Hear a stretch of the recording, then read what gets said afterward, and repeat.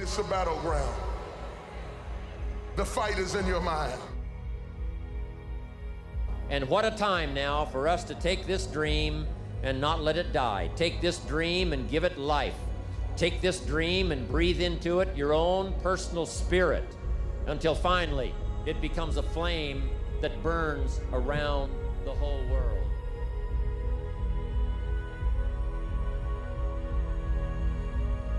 Is energy a habit? Yes. I want to make sure we maximize that habit.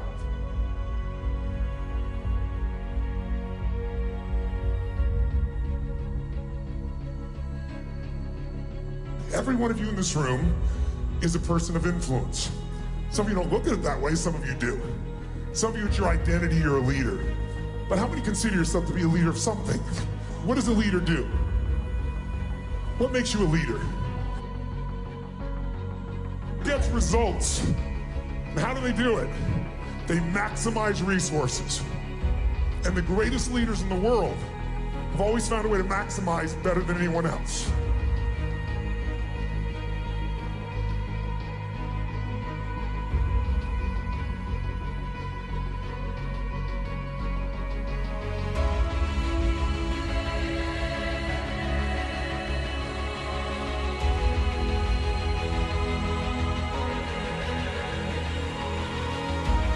And if I look at Richard Branson, he's as hungry today as when he was 16 years old.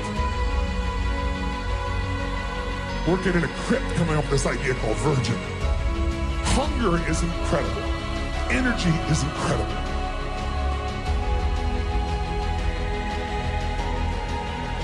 But we also have to ask the question, what makes people fail? Who here in this room has ever failed to achieve what you really want in life? A goal, a dream, a desire.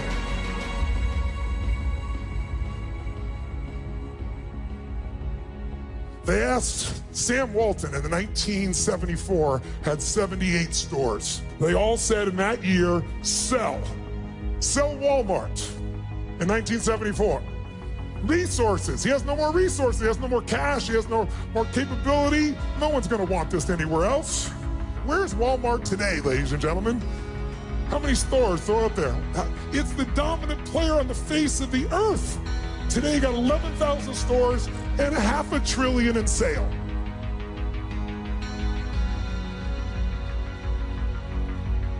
Didn't take action, got distracted. Fear. Come on, what else? Didn't have the right people. Right? Come on, what else? Didn't have the money, didn't have the capital. Didn't have the technology. Didn't have the contacts. What's that? Making excuses, which all this is.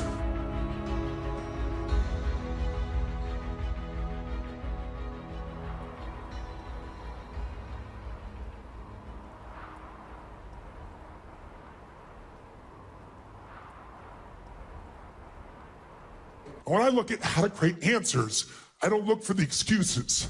I look for what can be done. We're living in a time where people don't know what to think next.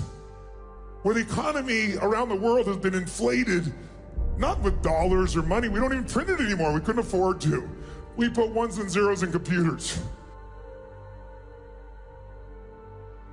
You know, your worst experience of life can become your best if you decide to use it. I asked this question, I said, how many of you have ever failed? Not one hand went up. I said, I know you're out there, I can hear you breathing. And I said, how many of you failed? And now everybody raised their hand. And I said, when you failed, why'd you fail? And I heard some of the same things I heard here. What were the things people said? Didn't have enough time, didn't have enough capital, didn't have the right technology, didn't have the right contacts, right? Didn't have the right people, didn't have all these things. And in the voice in the darkness, because it's a very dark room, I heard this voice say,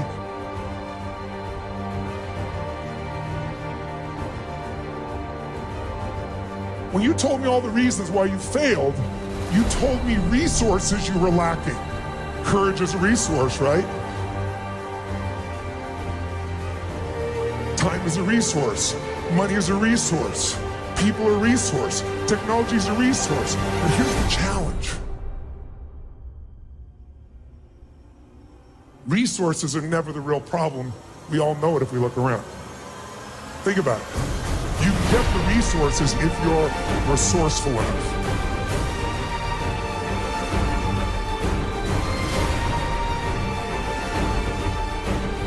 Resources are not the challenge, it's resourcefulness. So what is it we're really missing?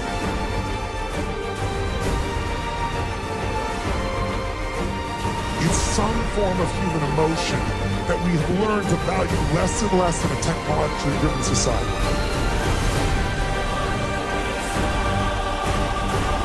See, if you're creative enough, can you get the answer, yes or no?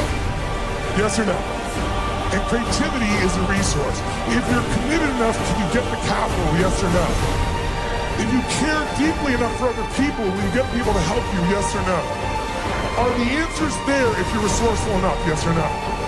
And in fact, whenever you see people in business that fail, it'll always tell you they were missing resources. When they really just weren't resourceful enough.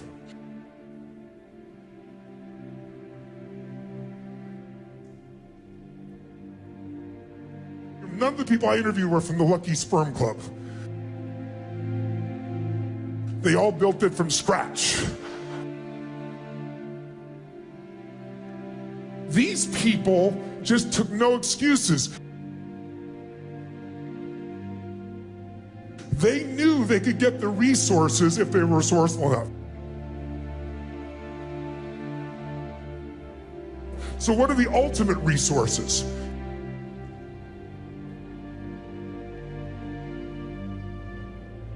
Creativity, joy, love, determination, flexibility. With those things, there's nothing we can't get.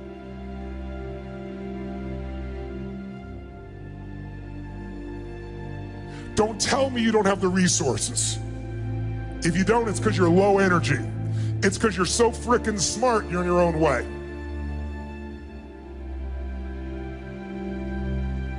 Stay in your head, you're dead. It's the heart where you'll find the breakthrough.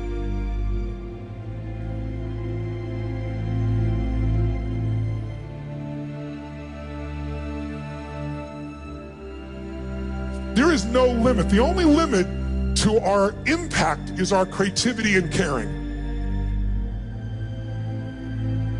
If you care enough and you're creative enough, there is no limit. But most of us allow our mind to get in the way, we get caught up. But the point is, it's resources.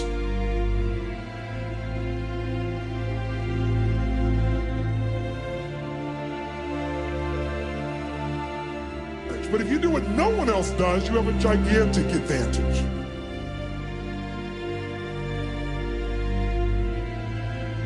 Stop thinking about the score of the game and focus on one thing you can control. How much you give every moment you're on that court. He said, there are going to be days when you win and when you lose. But the only days you're going to know when you win or lose are going to be by your measurement of yourself.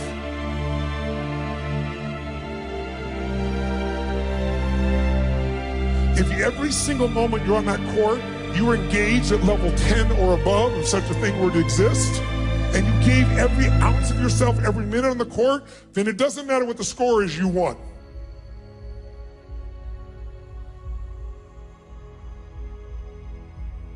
Because you became more and you gave more. And in life, we don't get to keep anything except what we give, because that's what makes us become something different.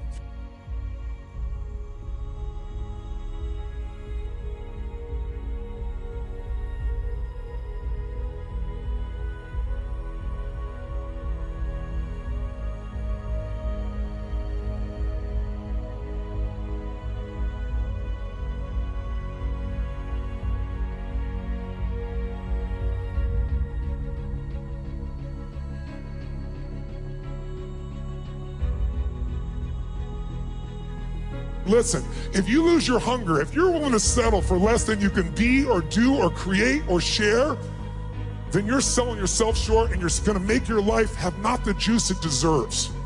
Who's with me here? Say I.